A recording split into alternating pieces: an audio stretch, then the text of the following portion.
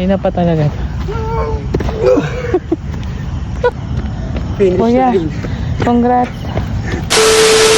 Yo, what up guys? It's your boy Jet. Halina't samahan nyo kami sa lubungin ng umagang kay ganda with Carla Estrada. Let's go!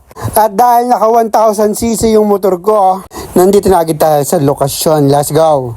At yun na nga guys, pagdating namin sa lokasyon guys, H2O. Wala na nga intro, pumasok na agad sa loob ng oval. Anong masasabi mo? Ang dilim. Sobrang aga namin nag-jogging guys. Iba to. Actually wala pa kaming tulog eh, no? Wala pa tayong tulog, no? Wala pa kaming tulog, putang ina. Kala nyo morning person. Hindi to healthy ah, putang ina, patayan to ah. At sa mga oras nga na yan, pinapakitaan ko siya ng sidewalk. Sa sidewalk. Para matuto siya mag-Eurostep kaso hindi niya alam yon kasi hindi niya kilala si James Yap. At syempre mas bibilisan ko pa dyan para humanga yung kasama kong si Carla Estrada. Sobrang bilas ng footwork, boy! We are here at Oval. Imus Grandstand.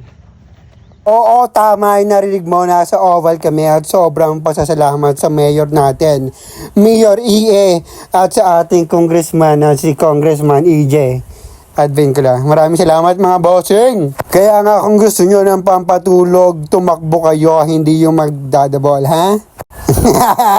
Hindi healthy ang araw-araw mga kuya, ha?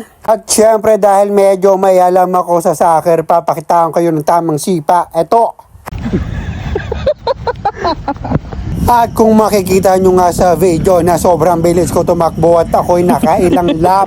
Lap. Let's go! Finish Kuya, line. congrats.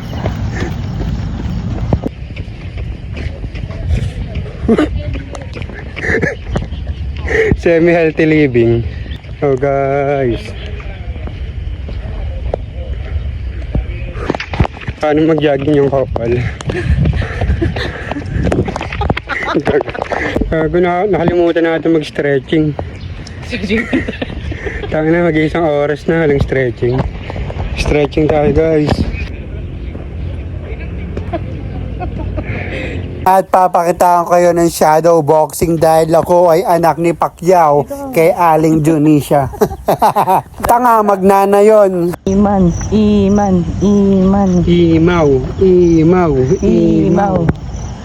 Imaw Pacquiao.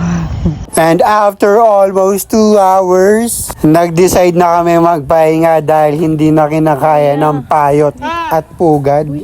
Payot, pugad, puyat, pagod. Yan, voice over ba?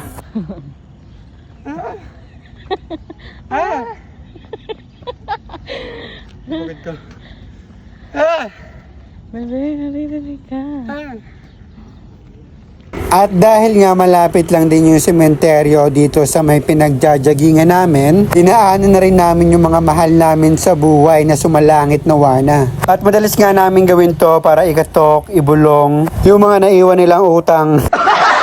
Siyempre, joke lang. Gusto lang namin iparamdam na sobrang miss na namin sila. At sana nga mabuhay na silang muli. Pero totoo yung second life. At bago nga kami umuwi, may nakita kaming malaking ibon na ninanakaw yung e-bike. Pero syempre, di na namin pinakailaman. Uwi na lang kami. At yun lang. Maraming salamat sa panunood. Goodbye, yeah! Takot ka sa ano? Sa bibe. Gansa yun. Agansa. May ganun kami dati. Oo. Ilang beses na kinagat yung singit ko nun.